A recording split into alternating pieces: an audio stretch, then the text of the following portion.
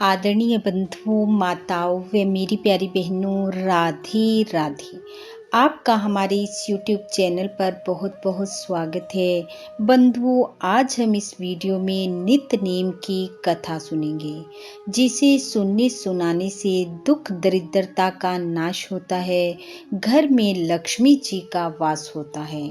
कथा कहानी सुनने के बाद यदि आप हमारे चैनल पर नए हैं तो कृपया हमारे चैनल को सब्सक्राइब करें, बेल आइकन को प्रेस करें ताकि हमारी वीडियो की नोटिफिकेशन सबसे पहले आप तक पहुंचे।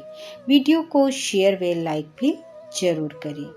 बंधुओं, जैसे पूजा पाठ नियम पूर्वक करना एक तप कहलाता है, उसी प्रकार हर रोज भगवत कथाओं को सुनना, दिन वार की कथा कहानी कहना सुनना वे दूसरों को सुनाना एक तप बन जाता है। जो मनुष्य नियम पूर्वक इसका पालन करता है, उसे अपने जीवन में आता हुआ बदलाव साफ दिखाई देता है, क्योंकि कोई भी कार्य जो नियम पूर्वक किया जाता है वह भगवान को बहुत प्रिय होता है।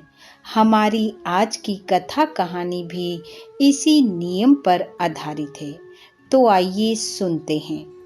कथा कहानी के अनुसार एक नगर में एक साहूकार और साहूकारनी रहते थे। साहूकारनी को नित्य नियम से कहानी कहने का नियम था।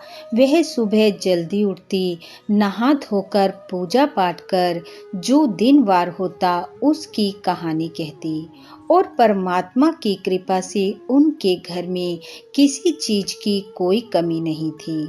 काया माया संतान सुख सब कुछ था।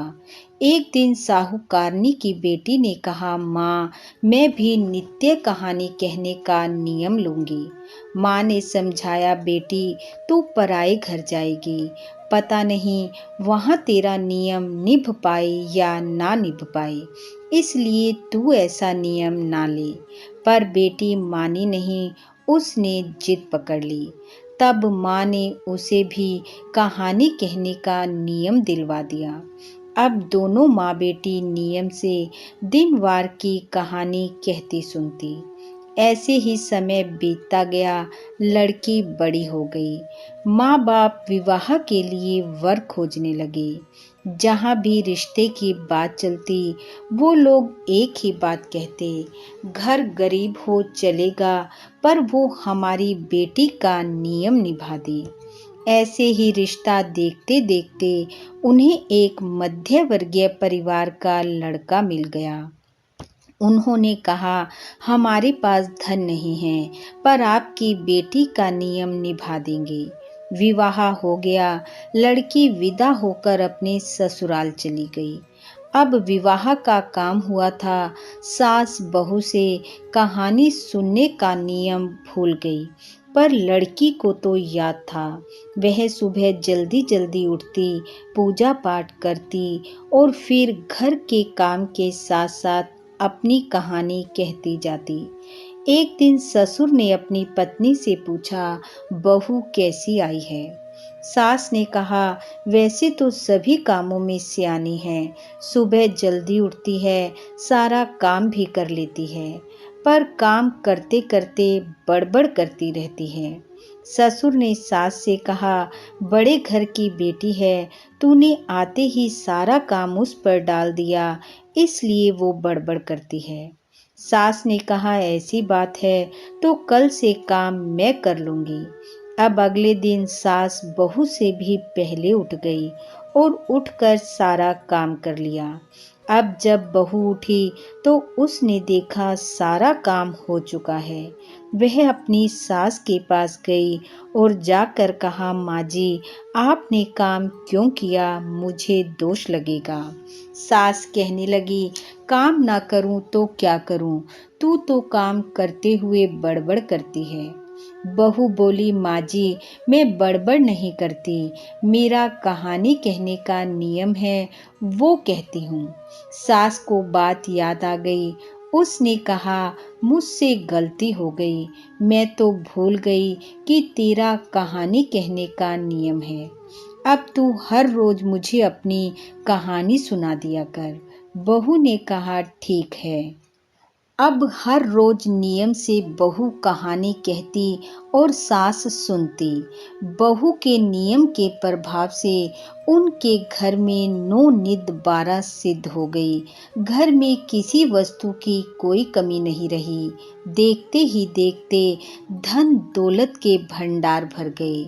ये बात उनकी पड़ोसन को बिल्कुल भी अच्छी नहीं लगी और इस बात की चुगली उसने नगर के राजा के पास जाकर कर दी।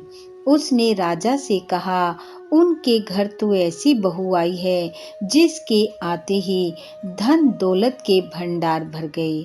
वे तो अब साहूकार बन गए हैं। ऐसी बहू उनके घर में अच्छी नहीं लगती। वो तो राजमहल में होनी चाहिए। अब राजा भी पड़ोसन की बातों में आ गया। उसने साहूकार को बुलवाया और कहा, तेरे बेटे की बहू को हमारे पास राजमहल में भेज दो।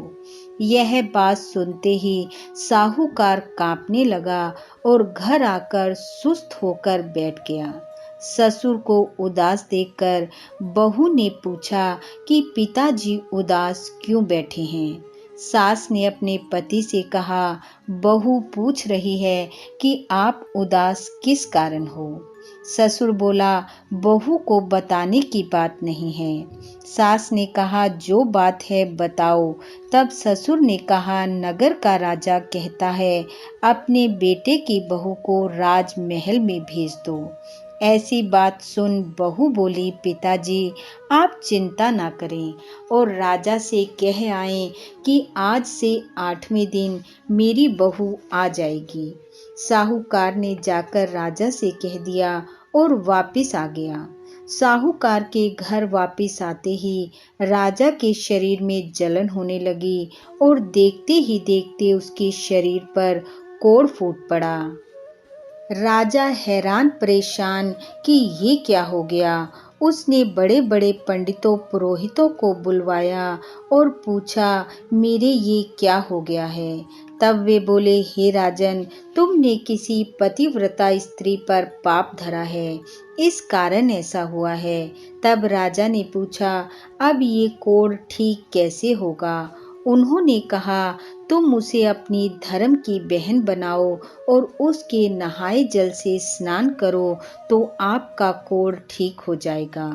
पंडितों की बात सुनकर राजा हीरे मोतियों से भरे थाल लेकर साहूकार के घर पहुंचा और अपने कहे की माफी मांगता हुआ बोला, आपके बेटे की बहू मेरी धर्म की बहन है और उससे कह दो कि अपने नहाए जल को मेरे शरीर पर डाल दे तो मेरा ये कोढ़ ठीक हो जाएगा।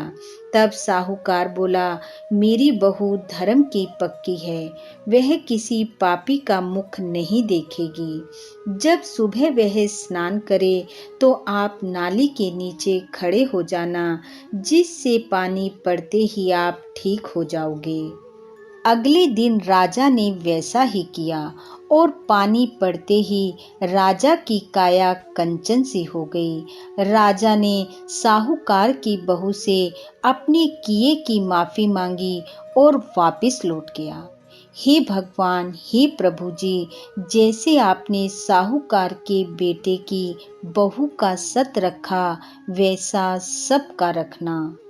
इस कथा कहानी को सुनने वाले, सुनाने वाले, हुंकारा भरने वाले सबका सत रखना, निरोगी काया देना, निर्धन को माया देना, पुत्रहीन को पुत्र देना, सुख शांति रिद्धि सिद्धि देना, समृद्धि देना, इन्हीं शुभकामनाओं के साथ आप सबका बहुत बहुत धन्यवाद। राधे राधे।